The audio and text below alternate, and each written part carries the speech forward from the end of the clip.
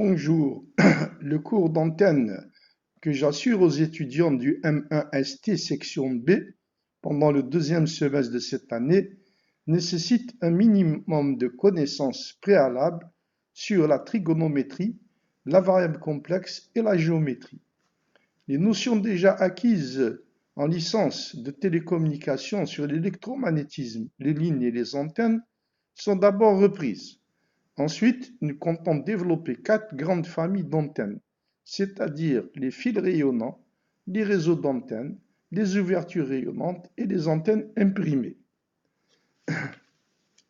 À cet effet, le premier chapitre de ce cours se compose de 3 parties essentielles. Des antennes dans les liaisons par télécommunication, l'effet de ligne des antennes et l'antenne isotrope.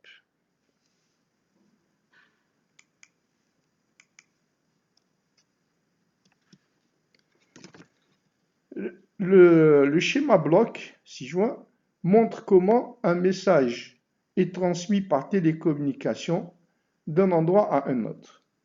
Ce message, qui peut être le son, l'image ou des données numériques, est transformé en un signal électrique, puis en onde électromagnétique.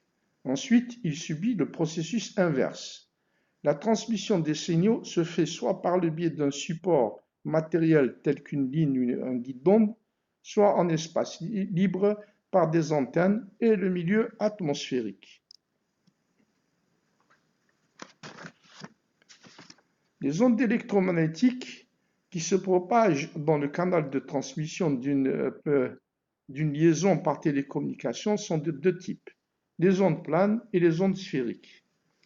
Les ondes planes sont de la forme U0 cosinus oméga t moins x sur c, où U0 est l'amplitude de ces ondes, oméga la pulsation, F leur fréquence et lambda leur longueur d'onde.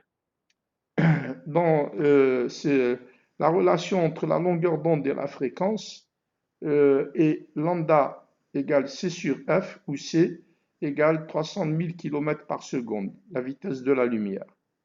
Les ondes sphériques sont d'expression A0 sur R cosinus oméga t moins R sur C, où leur amplitude décroît en 1 sur R. Ces ondes sont des solutions de l'équation d'onde. À une dimension, cette équation s'écrit d2u sur dx2 moins 1 sur c2 d2u sur dt2 égale 0. À 3 dimensions, elle est delta u moins 1 sur c2 d2u sur dt2.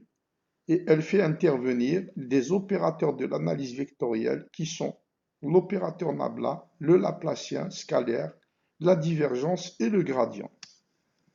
Les systèmes d'unités électriques utilisés pour caractériser les grandeurs électromagnétiques et les antennes sont le système MKSA rationalisé, appelé aussi système international.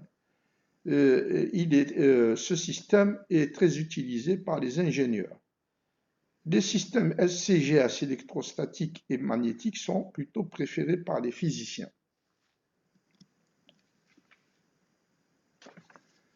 Les gammes de fréquences exploitées en radioélectricité sont les très basses fréquences, les moyennes fréquences, les hautes fréquences, les très hautes fréquences, les ultra hautes fréquences, les super hautes fréquences, les ondes millimétriques, les ondes submillimétriques, les ondes infrarouges et optiques.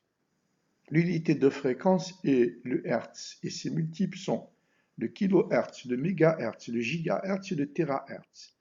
Les antennes sont regroupées en 4 grandes familles. Ce sont les fils rayonnants, les réseaux d'antennes, les ouvertures rayonnantes et les antennes imprimées. Leurs applications sont principalement la radiodiffusion, la téléphonie, la télévision, la télédétection, le radar et la radioastronomie. La gamme des micro-ondes s'étend de 1 GHz à quelques centaines de gigahertz. Elle a été subdivisée par les utilisateurs en bandes L, S, C, X, KU, KA, K, Q, V et W. Après la présentation de cette première partie du premier chapitre, passons maintenant à la seconde partie.